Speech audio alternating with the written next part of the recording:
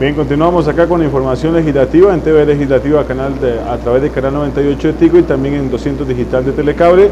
Incorporamos a quienes nos siguen siempre a través de la señal de 101.5 FM, 590 AM de Radio Nacional de Costa Rica. Don Otto Guevara Good, jefe del Partido Movimiento Libertario, me acompaña en este momento. ¿Qué tal, don Otto? Buenas tardes. Feliz 2016, que sea muy provechoso. Muy amable, muchas tanto gracias. A nivel personal como también acá en la Asamblea Legislativa. Muy amable, muchas gracias. De igual manera, para ustedes en Ensenada, un año exitoso. Hoy arrancamos efectivamente el trabajo legislativo de este año y esperando que sea un año muy fructífero para nosotros como camada legislativa, para la bancada y para el país. Desde ya anuncia el gobierno el tema de impuestos y desde la ideología del movimiento libertario eso los llama también a estar muy atentos y a empezar a establecer filas en una de las luchas que ustedes siempre han establecido, don Otto, el tema de no impuestos, no cargas tributarias. Sí, esta es una lucha vieja de nuestro partido. Nosotros nacimos a la vida política en el 98, participamos por primera vez en la elección del 98, desde entonces tenemos una representación parlamentaria y siempre nuestra consigna es protegerle el bolsillo a los costarricenses. Nos hemos opuesto siempre a las pretensiones de los diferentes gobiernos de querer aprobar paquetes tributarios que lo que hacen es empobrecer a todos los costarricenses. Hemos logrado con mucho éxito, tanto en 98, 2002, dar una lucha en contra de impuestos, especialmente la del 2002-2006. Logramos traernos abajo ante la Sala Constitucional el paquete tributario de Abel Pacheco. En el 2006-2010 le hicimos ver a don Oscar Arias que si quería ver el Parlamento totalmente entrabado, que se metiera a tratar de aprobar impuestos y que más bien nosotros consideramos que en lugar de meternos en el tema de impuestos, debíamos meternos a lo del TLC y la agenda de implementación del TLC. Dichosamente don Oscar Arias siguió nuestro consejo y no impulsó ningún proyecto de impuestos, salvo el conato, la intentona en agosto del 2006, en la primer periodo de sesiones extraordinarias, que presentaron 9 proyectos. Y luego el gobierno de Laura Chinchilla, 2010-2014, que también trataron de sacar todo un megaproyecto de impuestos con el apoyo de un sector del Partido Acción Ciudadana, el Partido Unidad, el Partido Liberación Nacional, el Partido Frente Amplio, y nosotros dando una lucha férrea logramos traernos abajo ese proyecto. Y ahora estamos anunciando lo mismo. Si el gobierno pretende ir por el bolsillo de los costarricenses para meterle la mano una vez más, va a encontrar en el movimiento libertario un valladar, una barrera que esperamos sea infranqueable. Don Otto, ¿es un no contundente o es un llamado a la negociación de acuerdo a la ideología del movimiento libertario? Bueno, estamos claros de que hay que hacer una modificación al sistema tributario costarricense. Nosotros mismos hemos hecho propuestas que están recogidas en nuestro plan de gobierno. Sin embargo, lo que decimos nosotros es que antes de entrar a discutir siquiera el modelo tributario, que a nuestro juicio debe simplificarse, generalizarse la aplicación de ciertos impuestos, bajar tarifas, quitar algunos de los portillos que hoy existen para que la gente eluda impuestos o los evada. Entonces, pero lo que decimos es concentremos primero en disparadores de gasto. Y en disparadores de gasto son 2 o 3 muy claramente identificados. Uno es pensiones con cargo al presupuesto. Hay un proyecto presentado por el Poder Ejecutivo y le estamos diciendo prioricemos ese proyecto. Son 60,000 personas que reciben una pensión con cargo al presupuesto y para las cuales contribuyen con más o menos el 17%. Ahí hay algo que no es sostenible. En segundo lugar, remuneraciones del sector público. Ese es un tema al que hay que entrarle y al tamaño también de la planilla en el sector público. Hay que poner orden, hay muchos regímenes en el sector público, la idea es que ojalá los podamos uniformar, que podamos poner ciertos límites en relación con pluses salariales que hoy existen, mientras pasamos a un sistema de pago único por categoría salarial. Y luego también estamos planteando hacer una especie de reforma del Estado, replantearnos si se requieren tantas instituciones, tantas juntas directivas, si debemos reducir la cantidad de ministerios, etc. Estamos presentando precisamente un proyecto en esa dirección en las siguientes semanas.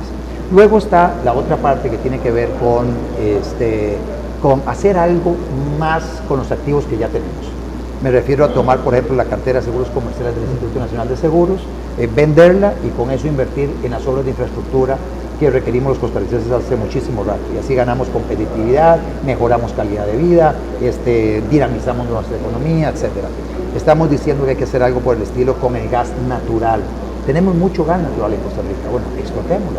y eso reduce factura petrolera, aumenta ingresos fiscales y eso nos permite balancear el presupuesto. Don Otto, ¿cómo lograrlo?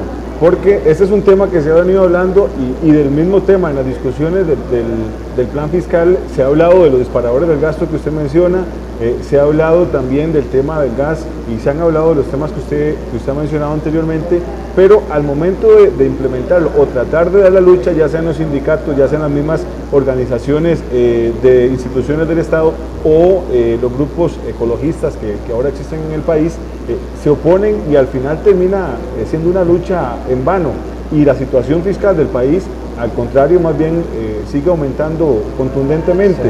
¿Cómo lograr entonces que se pueda dar efectivamente una lucha desde los puntos de vista que usted plantea? Bueno, el tercer elemento que me quedó pendiente para responder a su pregunta tiene que ver con activación económica. Si usted logra remover muchos obstáculos para que haya más actividad económica, van a aumentar los ingresos tributarios. Y luego de hacer todo eso, entonces sí, revisemos la estructura tributaria. El gobierno lo que pretende es que paguemos por adelantado. Miren, apruébenme los impuestos, el de impuesto de renta, impuesto de ventas, transformando ventas a valor agregado, extendiendo su base y subiendo la tarifa del 13 al 15%, y luego aprobamos los de gastos, es lo que está diciendo, porque los otros temas no son viables. El tema de lo del gas o el tema de lo del IMSS, o empleo público o pensiones, o sea, son temas que ahí van a ir, pero saquemos rápido. Además son temas a largo plazo, ¿no? Sí, algunos de ellos, en el caso de pensiones, tienen un impacto ya casi en el inmediato plazo, una reducción. Lo otro de empleo sí es a mediano y largo plazo. Y lo del gas podría tener un impacto en las finanzas de más o menos en 2 años. Lo de la cartera de seguros comerciales es inmediato, usted obtiene casi 4.000 millones de dólares que puede de inmediato poner a invertir en diferentes obras de infraestructura pública en nuestro país. Digamos que el proceso, mientras se saca la venta, se recogen los dineros, se sacan las licitaciones adelante, se pasan más o menos unos 2 años. Así que todas estas medidas tienen un impacto más o menos a los 2 años. Lo que el gobierno pretende, y para eso se ha hecho acompañar por representantes del Banco Mundial y el Banco Interamericano de Desarrollo, es que nosotros le aprobemos los impuestos ya, en el primer semestre.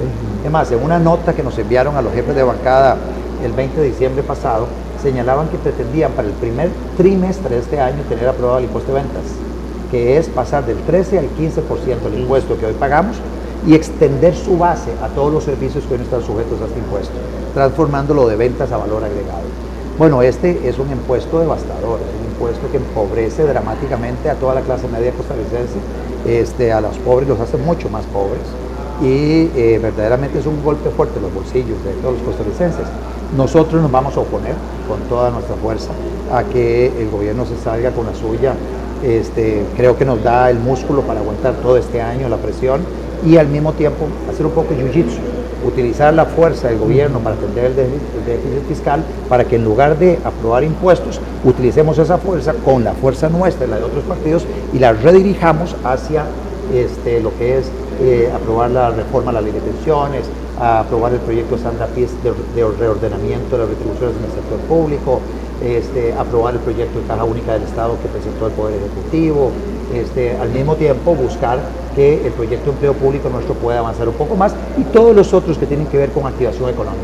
Digamos que esa es la parte de contenido de las propuestas. Viene la parte política, que es también quizás la más complicada acá en la Asamblea Legislativa, porque tenemos la posición del Movimiento Libertario ante la propuesta del gobierno, pero también hay otras posiciones muy encontradas con respecto al tema de empleo público, con respecto al tema de la reforma fiscal inclusive, que eso hace también que la discusión se vaya atrasando. La situación, y lo han dicho también organizaciones internacionales, requiere de una respuesta por lo menos en tiempo corto, mediano, y cómo lograr efectivamente una comunicación entre las diferentes fuerzas políticas para lograr un punto en común en beneficio del país. Sí, básicamente, y ese es el gran esfuerzo que debiera hacer el presidente en estas siguientes semanas, sentándose con todos los actores políticos y sociales relevantes, y básicamente hacer una matriz en relación con todos los temas que tienen que ver con ordenamiento en las finanzas públicas.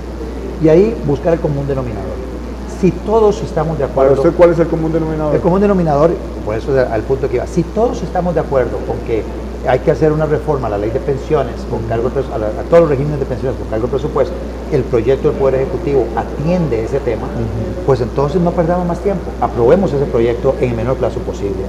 Si todos estamos de acuerdo en que hay que hacer un ordenamiento de la Caja Única del Estado para que los recursos que queden ahí y no se ejecuten al final del año vuelvan a Tesorería Nacional, si todos estamos de acuerdo con eso, como estoy segurísimo que lo estamos, entonces no perdamos tiempo y aprobemos ese proyecto. Entonces, a mi juicio, lo que tenemos que hacer es... Pero es que el problema no es si están o no de acuerdo. Yo creo que todos y la mayoría del país está de acuerdo en esos temas, don Otto. El tema es en las fuerzas políticas, las diferentes posiciones que existen en cada uno de esos temas, por ejemplo, en el empleo público. No, pero volviendo al tema de común denominador, porque son varios, el tema del desequilibrio en las finanzas públicas hay que abordarlo desde diferentes frentes. Uno de ellos son, como te decía, pensiones.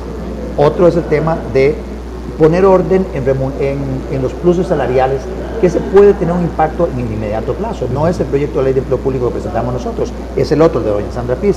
Pero si en términos generales decimos, todos estamos de acuerdo, podemos construir un consenso en relación con ese proyecto de doña Sandra Piz, bueno, entonces aprobemos ese proyecto.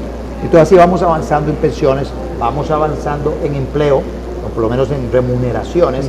Hay un compromiso del gobierno de ser frugal en la confección de presupuestos del año entrante.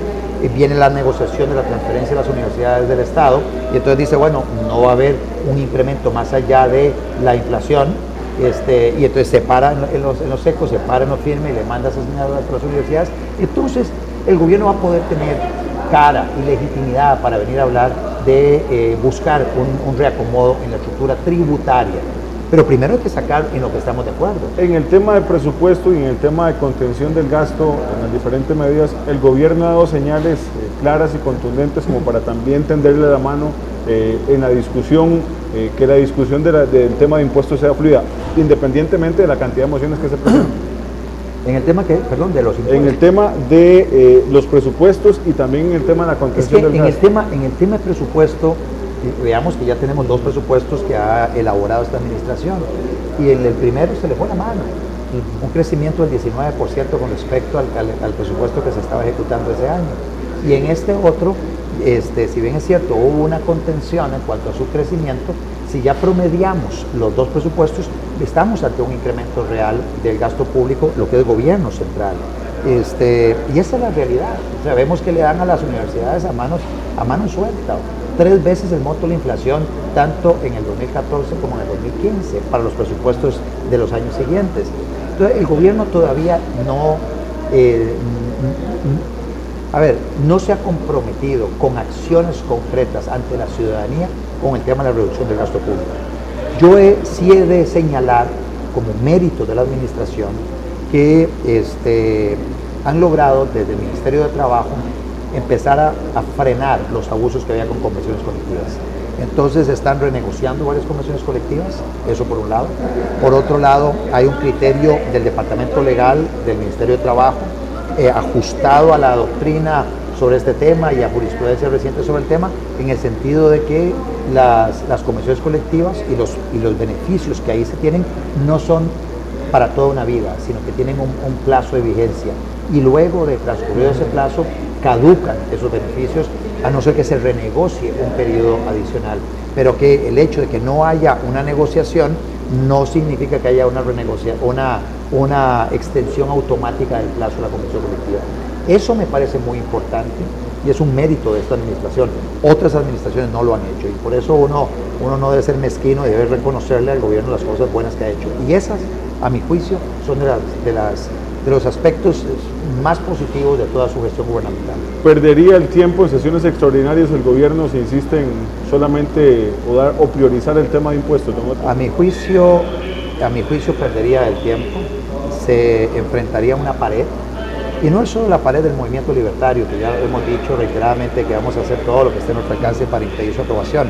Acordémonos que yo estoy en la Comisión de Hacendarios, los proyectos están en 2 subcomisiones en hacendarios y yo estoy en las 2 subcomisiones en hacendarios y voy a hacer todo lo que esté en mi alcance para que los proyectos ni siquiera sean dictaminados.